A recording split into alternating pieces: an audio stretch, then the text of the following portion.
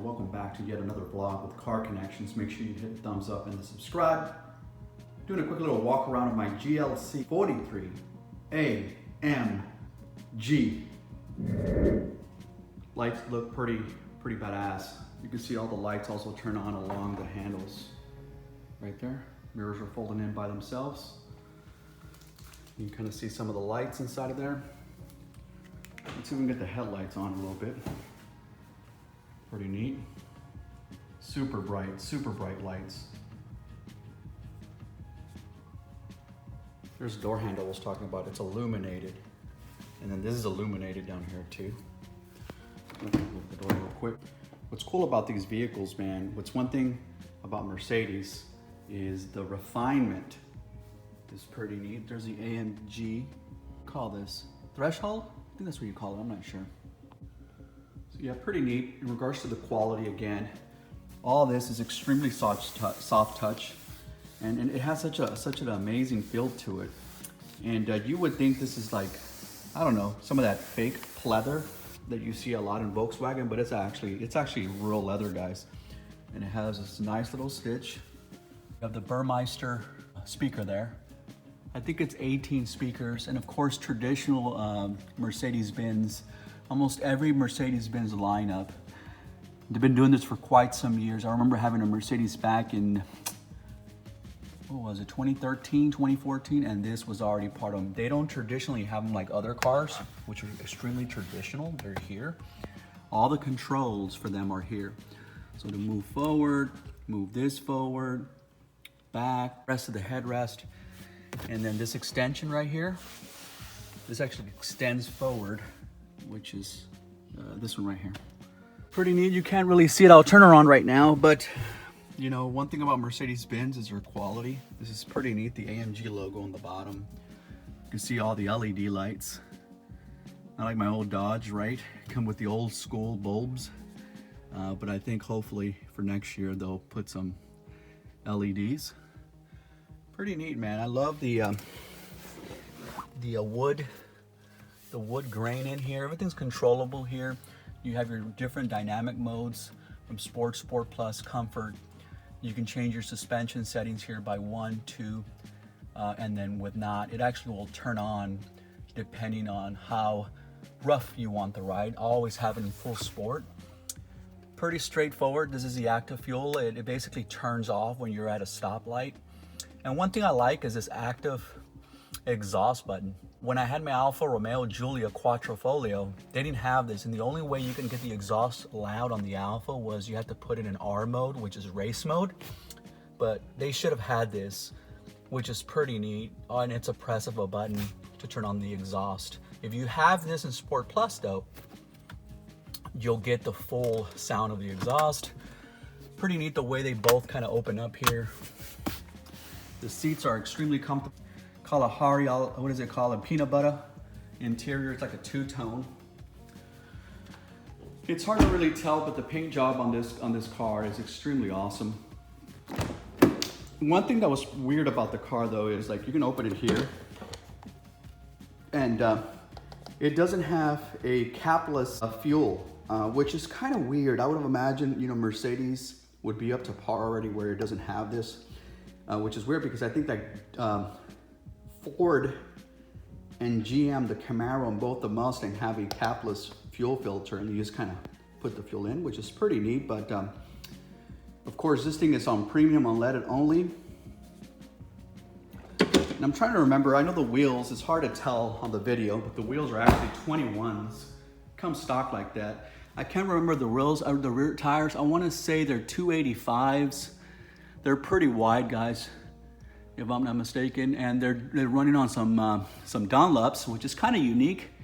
It would be nice if they were Michelins, but they're not. But I love the spokes. I love the way it looks. The front brake calipers, I think, are four piston.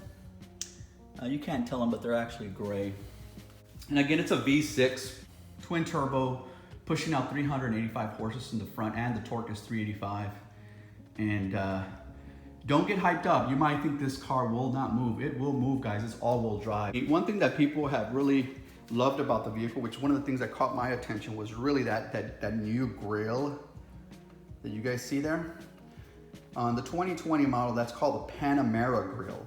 And it really gives the car a level of refinement, especially when you're looking at it from the front. It makes the hood and the front of this car kind of look like it's longer than what it is. And it really makes the car look extremely awesome from the front. Forward collision warning, blind spot monitoring, full panoramic sunroof, which is awesome, especially during the day. Here's the rear. Again, you have the little speakers with the little tweeter in the back. Power up, power down, one touch. Again, you're still getting the leather and the refinement on the back end. Plenty of leg room. You get your own vents in the back here. And there is an outlet in the bottom here, which is for your standard, if you want to call it home plug. And there's also another little outlet here for your, you got like a USB jack or something. You do get your own vents, some nice pockets, and lots of room. You know, I'm 6 feet, got plenty of room, guys. Plenty of room. It's kind of the rear view. Let me see if I can get a shot of the roof there so you can see it's like a double pan. One in the front, one in the back, and the one is extremely big. You might not notice it, but it actually is. Let me get out of here. That's the other thing I noticed with this rig. I mean, it's small. Don't think it's big. It's a lot of cup holders. There's one here and a holder here, and I forgot to call that out. But it's kind of amazing the amount of room they gave the door here. I'll try to open it up, but you'll see what I mean. There's one here, and then another cargo area here, which is crazy. I mean, it's a lot of little cargo. And like in all modern SUVs, it's all power liftgate. And guys, hopefully it doesn't hit the top. We'll see. No dent. They're all gonna come with standard LEDs, which really brightens it up.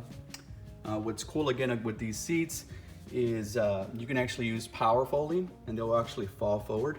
Let me see if I can give you an example here. So I'm gonna click here. You guys just saw that? Pops back. You don't have to, like, you know, grab some kind of some cars have like a little clamp or like a little thing that you got to push upward to fall forward. These are power operated on both sides. The other thing that's pretty neat is, I don't know why they did this, but it's heavy one and you're on both hands and you need to, you know, you can't reach. You can actually press this down and the car will lower itself by leaving this pressed. And when you leave it pressed down, it gives you enough room, right, to be able to put stuff on there. The other thing is that this does come with the feet where you kind of put your feet on the bottom like this, and you know, you drag your feet on the bottom. I think the Ford Edge came out with it several years back. I think in 2015. You close that up.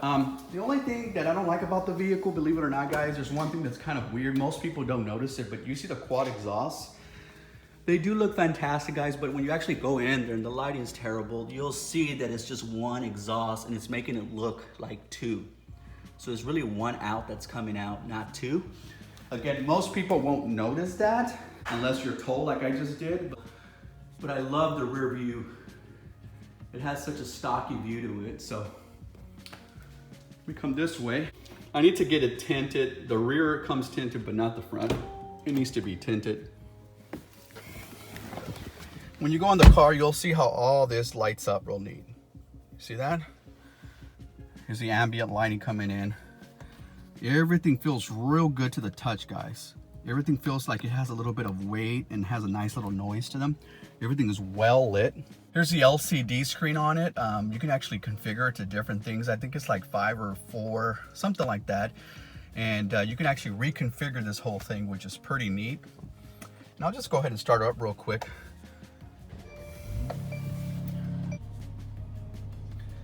So yeah, as I was saying, the ambient lighting just really gives the car some charisma, and it really kind of calms down, makes the mood a lot more relaxing. Awesome navigation, right? Everything's touchscreen, everything, the LCD, everything is very crisp.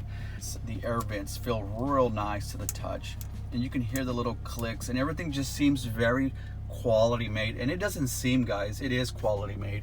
And then the other thing about Germans, one thing that Americans need to really figure out is how do the Germans make headlights that the brightness of the headlights are just amazing. I mean, just look at what you can see out front of my garage. And that's one thing I've noticed when I was driving the Alfa Romeo, though the Alfa, to be fair, It's not German, it's Italian, but the headlights, similar, very similar to the competition. And something about Camaro, Dodge, Mustang, they need to update their headlights to really give you a real nice view, especially at night. Makes things a lot safer. Again, everything, let me back up a little bit, everything is LEDs, everything is touch. Now let me back up to the back of the rear. You guys can see there's rear, even in the rear you have the LEDs, or ambient lighting, as I'm sure you guys can call them, but I think that's all LEDs. And you can change the colors to anything you want, which you would say something like, hey Mercedes, how may I help you? Change the ambient lighting to orange.